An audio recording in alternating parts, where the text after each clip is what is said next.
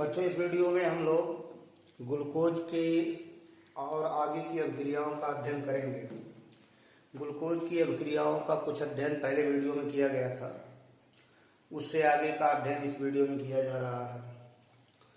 तो ग्लूकोज का इसमें आपको ऑक्सीकरण ब्रोमीन जल से और फेनिल हाइड्रोजन से अभिक्रिया और ग्लूकोज की रिंग संरचना, इन सब के बारे में बताया जाएगा। तो यहाँ है oxidation by bromine water, bromine जल द्वारा ऑक्सीकरण,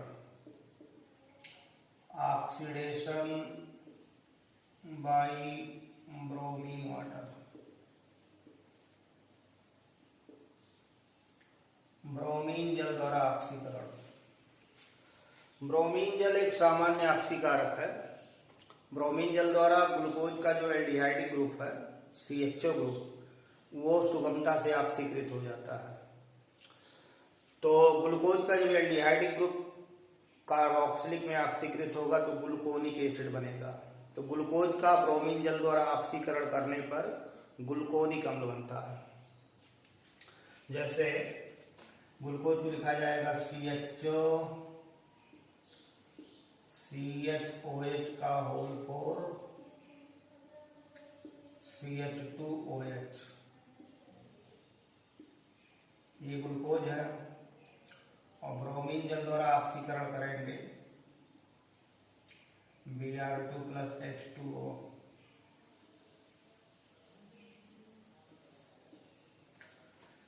तो CHO कार्बोक्सिलिक हो जाएगा COOH, CHOH का whole 4 CH2OH।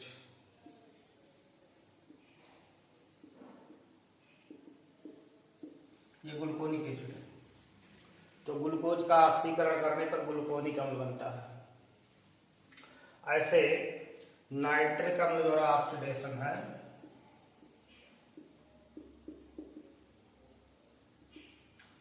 Oxidation by nitric acid, nitric अम्ल द्वारा ऑक्सीकरण।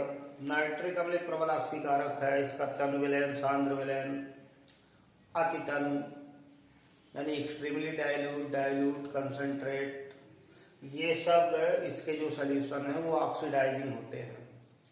यानी नाइट्रिक एसिड एक प्रबल ऑक्सीकारक है जो बहुत सारे यौगिकों का ऑक्सीकरण करता है। तो ग्लूकोज का नाइट्रिक अम्ल द्वारा ऑक्सीकरण करते हैं तो उसका जो टर्मिनल CHO समूह है वो ऑक्सीकृत होता है और नीचे जो प्राइमरी अल्कोहल है वो ऑक्सीकृत होती है। तो दोनों एल्डिहाइडिक और प्राइमरी अल्कोहलिक ग्रुप ऑक्सीकृत हो जाते हैं तो ग्लूकोसैकेरिक अम्ल बनता है, जिसे ग्लूकैरिक एसिड भी कहते हैं। ग्लूकोसैकेरिक एसिड बनता है। तो CHOH का होल 4 CH2OH। ग्लूकोज का ऑक्सीकरण करते हैं नाइट्रिक अम्ल द्वारा, तो ये तो कार्बोक्सिलिक हो ही जाता है।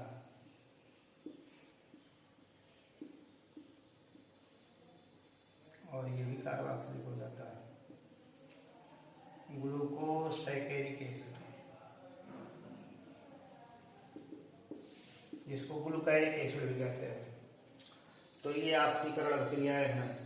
सामान्य ऑक्सीकारक ब्रोमीन जल द्वारा ऑक्सीकृत कराएंगे तो एल्डिहाइड ग्रुप कार्बोक्सिलिक हो जाएगा, और नाइट्रिक अम्ल द्वारा ऑक्सीकरण कराएंगे तो एल्डिहाइडिक और प्राइमरी अल्कोहलिक दोनों ऑक्सीकृत हो जाएंगे। ग्लूकोसैकेरिक अम्ल बनेगा, जिसे ग्लूकैरिक एसिड भी कहते हैं। अब है ग्लूकोज का अपचयन, reduction.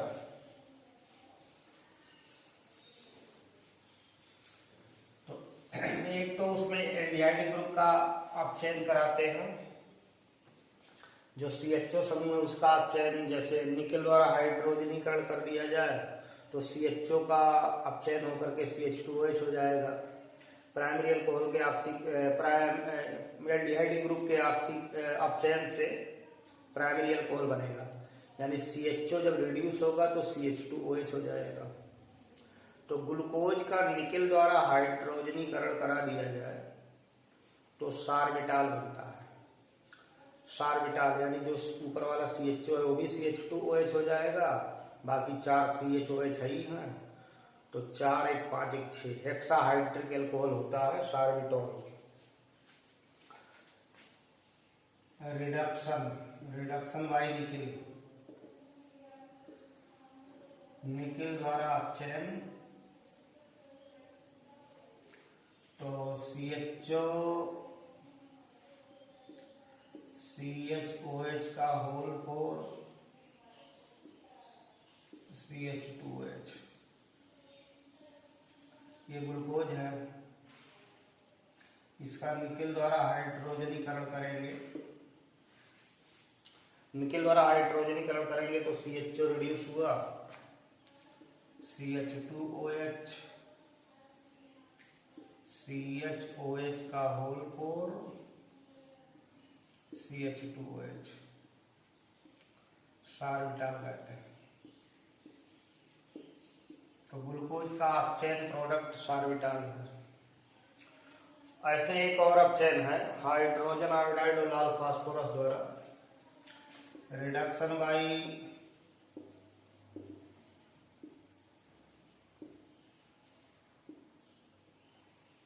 Hydrogen iodide and red phosphorus. Hydrogen iodide और लाल फास्फोरस द्वारा अपचयन। अब हाइड्रोजन आयोडाइड और लाल फास्फोरस द्वारा ग्लूकोज का 100 डिग्री सेल्सियस ताप पर अपचयन कराते हैं।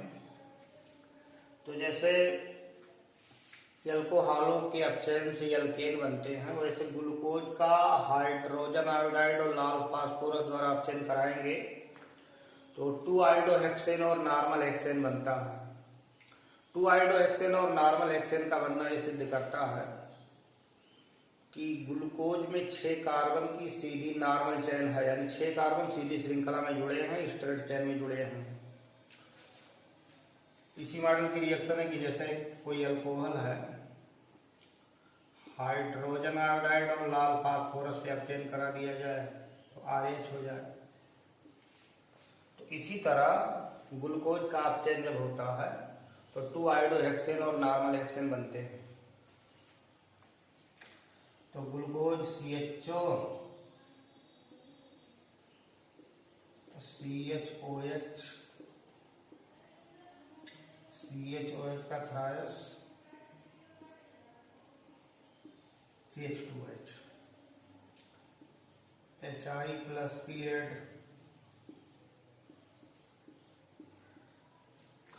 तो बना CH3, CHI, CH2 का होल थ्रायस, CH3। तो इसका नाम है 2-आयोडो हेक्सेन। और आगे यही अपचयन चलता है, HI प्लस पीरियड, बनेगा CH3,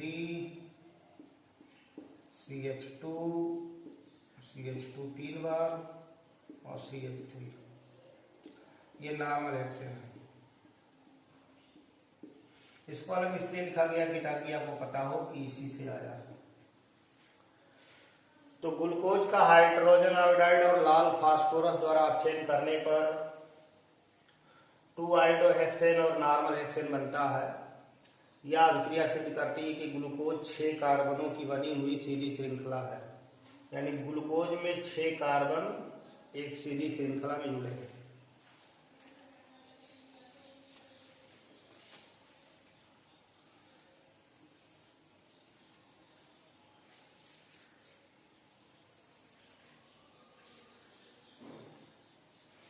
अब एक महत्वपूर्ण अभिक्रिया है फेनिलहाइड्रेजिन से। फेनिलहाइड्रेजिन की अभिक्रिया इसलिए महत्वपूर्ण है कि ये पूछता है कि सिद्ध कीजिए ग्लूकोज और फ्रक्टोज केवल पहले और दूसरे कार्बन पर भिन्न है, यानी ग्लूकोज और फ्रक्टोज में पहला और दूसरा कार्बन ही भिन्न है, इसके लिए फेनिल हाइड्रोजीन से अभिक्रिया कराते हैं। ग्लूकोज और फ्रक्टोज दोनों फेनिल हाइड्रोजीन से अभिक्रिया करके एक ही प्रकार का ओसाजोन बनाते हैं। फेनिल हाइड्रोजीन की अभिक्रिया पहले और दूसरे कार्बन पर होती है और शेष जो 4 कार्बन हैं उनका विन्यास, उनका कॉन्फ़िगरेशन एक है, क्योंकि दोनों आगे चल करके एक ही प्रकार का ओसाजोन बनाते हैं। तो ग्लूकोज और फ्रक्टोज दोनों सेम ओसाजोन देते हैं, एक ही प्रकार का ओसाजोन बनाते हैं, इसलिए फेनिल हाइड्रोजीन महत्वपूर्ण है। तो reaction with phenyl hydrazine,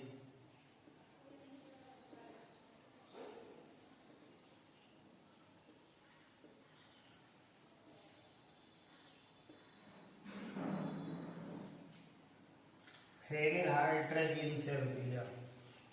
phenyl hydrazine की अभिक्रिया कार्बोनिल कंपाउंड्स में होती है, जैसे एल्डिहाइड और कीटोन फेनिल हाइड्रोजीन से क्रिया करके हाइड्रोजन बनाते हैं। तो ऐसे पहले एल्डिहाइड ग्रुप पर रिएक्शन होती है। तो CHO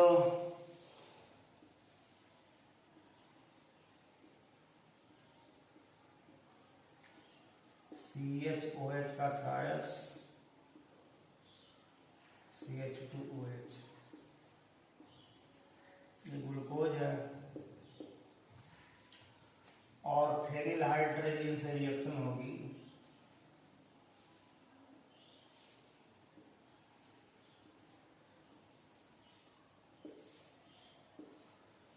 ये H2 और ये O निकलेगा H2O। तो HC double bond NH C6H5 और ये ऐसे जुड़ा है।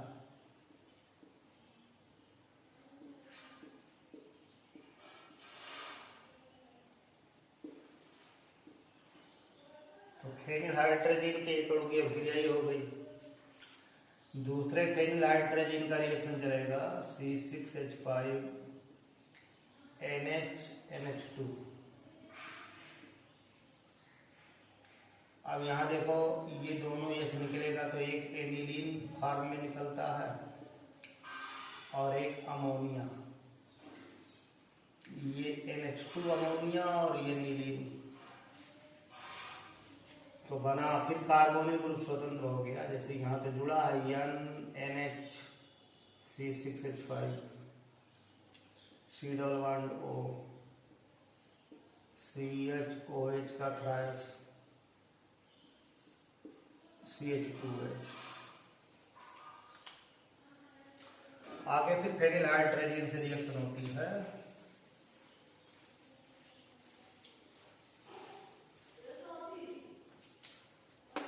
फेनिल हाइड्रोजीन से C6H5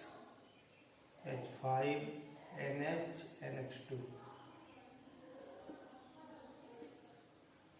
तो HC double bond NH C6H5 C double bond NH C6H5 और CHOH का होल थ्रायस CH2H। ये है ग्लूकोसाजोन।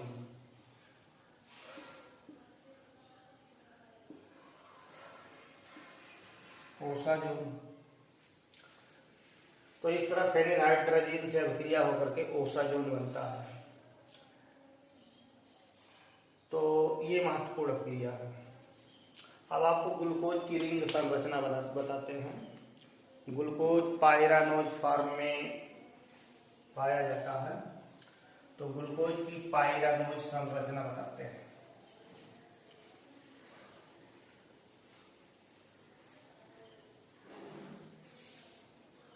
पायरेन यौगिक का सूत्र ये है, पायरेन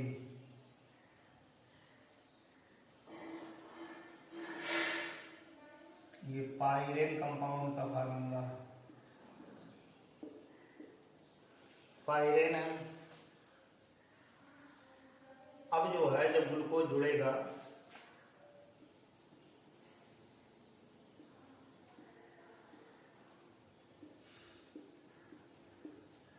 ये ग्लूकोज की संरचना, ये जुड़ने का कॉन्फ़िगरेशन है।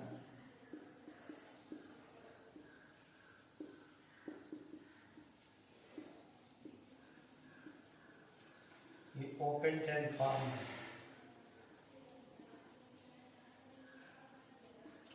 ग्लूकोज की खुली श्रृंखला संरचना है। पायरेन में 1 2 3 4 5 15 कार्बन कोर से जुड़ा होता है। तो 1 2 3 4 5 15 कार्बन यानी 5 कार्बन को उसमें दिखाया जा सकता है। तो इसको यहाँ भेज दीजिए। तो एक स्ट्रक्चर बनेगी OH H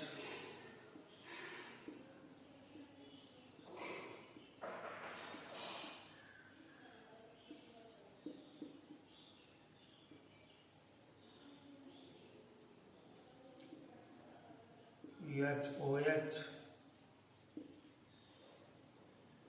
OH HOH। अब इसमें OH राइट है तो ये अल्फा फॉर्म है, अल्फा डी ग्लूकोज। और इसका दूसरा OH को इधर दिखा दिया जाए।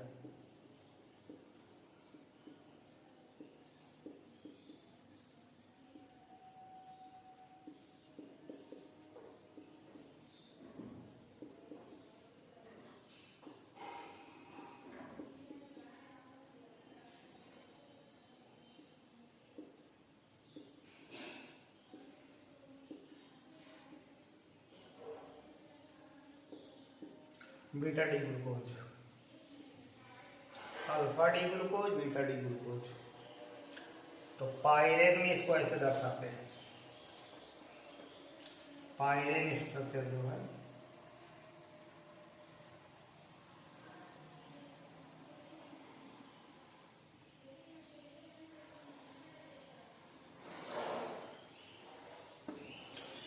ये जितने जिनको ऊपर दिखाते हैं, तो पहला कार्बन ये है, पहला कार्बन ये रहेगा इसका HOH, फिर OH OH। अब इस कार्बन को ऊपर दिखाते हैं CH2OH और EH। 1 2 3 4 5 6। ये अल्फा डी ग्लूकोज का पायरानोज फॉर्म है।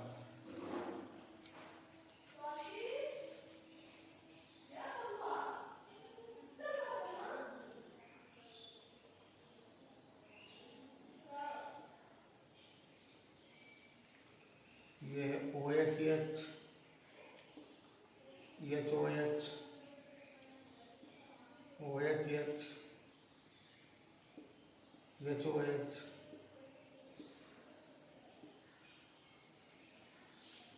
ये पहला कार्बन 1 2 3 4 5 6। ये अल्फा है और ये बीटा है। तो इस तरह से रिंग संरचना बड़े आसानी से बनाई जा सकती है। इतने ग्रुप सब ऊपर रहेंगे, ये वाले नीचे रहेंगे। जैसे H ऊपर OH ऊपर H ऊपर, और यहाँ इसको ऊपर करना है। 2 3 4 5 6। 1 2 3 4 5 6। इस तरह से बड़े आसानी से रिंग स्ट्रक्चर बनाया जा सकता है। ये अल्फा ग्लूकोज है, ये बीटा है। और डी जो संरचना है, तो कैपिटल डी कॉन्फ़िगरेशन लगभग सभी कार्बोहाइड्रेट हैं, क्योंकि कार्बोहाइड्रेटों में डी ग्लिसरॉल्डिहाइड जैसा कॉन्फ़िगरेशन पाया जाता है, यानी डी ग्लिसरॉल्डिहाइड मानक माना गया है। और डी ग्लिसरॉल्डिहाइड जैसी स्ट्रक्चर बनने के कारण ही इनको डी शर्कराएं, डी सीरीज की शर्कराएं कहते हैं। जैसे D glucose, D fructose, D राइबिनोज, डी राइबोज, डी ऑक्सीराइबोज। वो डी ग्लिसरॉल्डिहाइड जैसा कॉन्फ़िगरेशन जिसका भी मिलेगा उसको कैपिटल डी श्रेणी का कहेंगे। डी ग्लिसरॉल्डिहाइड की संरचना यही है, इसका कॉन्फ़िगरेशन यही है। ऐसा। तो शर्कराओं में इसके बाद ये विन्यास अगर ऐसा है, H इधर है लेफ्ट और OH राइट है, तो डी श्रेणी की होगी। तो सभी शर्कराएं डी सीरीज की हैं और ग्लूकोज 2 फॉर्म में अल्फा डी ग्लूकोज और बीटा डी ग्लूकोज फॉर्म में पाया जाता है। तो इस वीडियो में हम लोगों ने कुछ महत्वपूर्ण अभिक्रियाएं और ग्लूकोज की रिंग संरचना का अध्ययन किया। शेष अगले वीडियो में अध्ययन करेंगे। धन्यवाद।